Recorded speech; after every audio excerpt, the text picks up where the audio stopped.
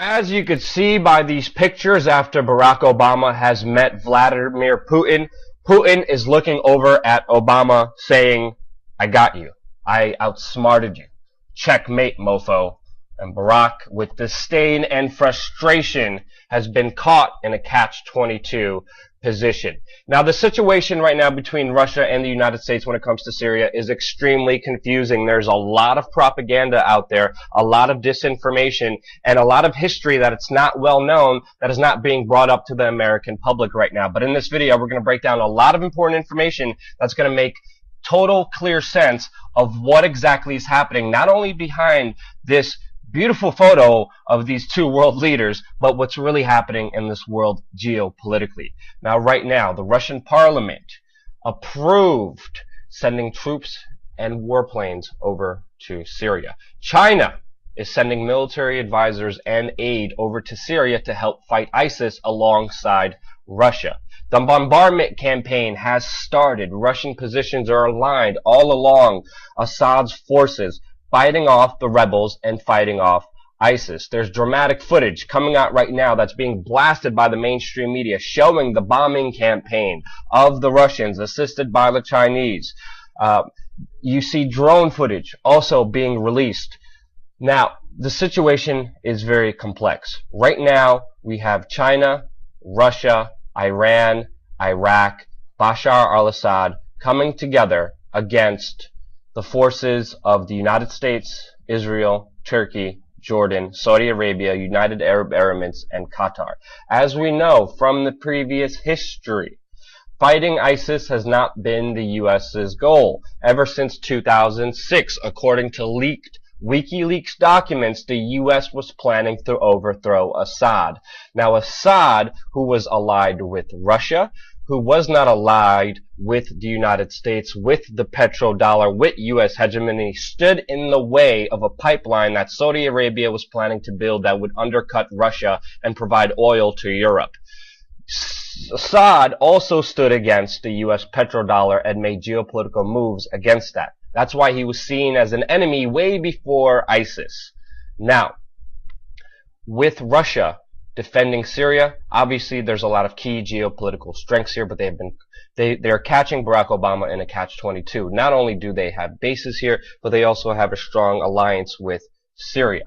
Now, if you look what happened beforehand, we are going to war against the same group we funded, armed, we were fighting alongside last year while continuing to support them with our tax dollars. This is exactly what happened with ISIS. ISIS was supported, just like the rebels in Libya were supported to overthrow Gaddafi. The U.S. and NATO said that they wanted to spread democracy and freedom in Libya.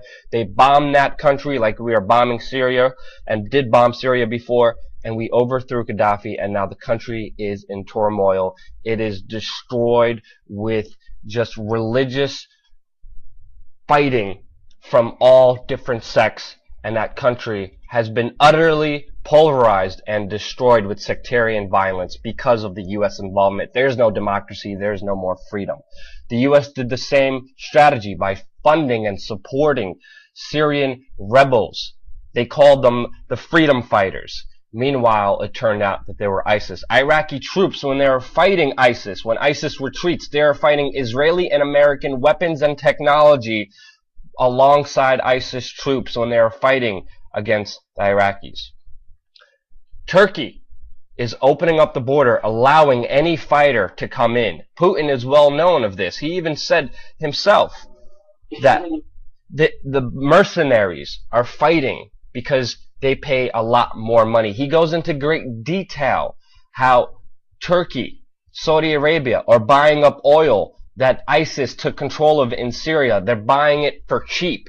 Where are the U.S. sanctions when it comes to Turkey and Saudi Arabia financing ISIS by buying their oil? They put sanctions on Iran. They put sanctions on Russia. But they do not put sanctions on the very people buying, giving ISIS almost millions and millions of dollars every single day, financing their operations. U.S. had secret training facilities in Jordan that admittedly are training al-Nusra fighters that are going against Syria. Israel is bombing Assad forces as they're making headway against ISIS. The goal was never to defeat ISIS. The goal was always to overthrow Assad, who was standing in the way of U.S. hegemony and the U.S. petrodollar. You see John McCain here, who visited Syria, was standing behind these so-called freedom fighters. They all turned out to be ISIS. That's why the Pentagon right now is stopping the rebel training program that they have in Syria, because it's not working.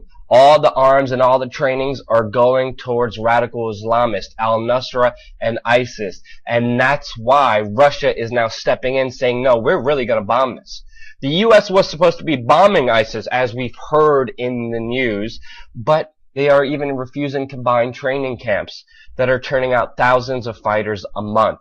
Even NPR reported just after a year of supposedly bombing ISIS, the U.S. campaign shows limited gains because the U.S. does not want to defeat ISIS. The U.S. wants to defeat Assad because he's standing in their way. Now, the United States is saying that Russia is destabilizing Syria. Meanwhile, it was the United States funding and training rebels with Turkey, Israel, Saudi Arabia, Qatar, United Arab Emirates, who have done so in the beginning. Right now, we're seeing a lot of propaganda by the New York Times, by the Independent, saying that Vladimir Putin is not just attacking ISIS. We're seeing that the U.S. is alarmed and scared. Of course, the United States is alarmed. And now the Western media is vilifying Putin as a villain. Now, if you look at the bombardment campaigns, they have been targeting anyone standing against Assad, obviously. That's because they have an alliance together. And now these two global powers, these two great alliances, the United States, Saudi Arabia, Turkey, Qatar, which have been knowingly supporting ISIS rebels, even Jordan, are facing off against Syria, Iraq, Iran, Russia, which have joined also in an intelligence pact, sharing information on how to defeat ISIS, alongside China, that is aiding them in this battle. We see these global forces facing off against each other with this very important prized geopolitical territory known as Syria. Tensions are escalating. Many people are saying World War III would break out between all these major factions, and it very well may be that situation. But to stop it, we have to be informed about what is really happening and the true history of it. So if you found this informational helpful, send it out to all your friends, because the mainstream media is sending a lot of propaganda, not dealing with the whole picture. No side is right. Bombing and killing people is wrong, whether it's Assad, Russia, whether it's Israel or the United States. Bombing people is not right. These two forces are only creating more hatred and destruction. But to stop it, we need to understand it. If you found this video helpful, don't forget to subscribe. We're going to have a lot more news coming, breaking down all the geopolitical news that you're not hearing on the mainstream media here on youtube.com/WeAreChange.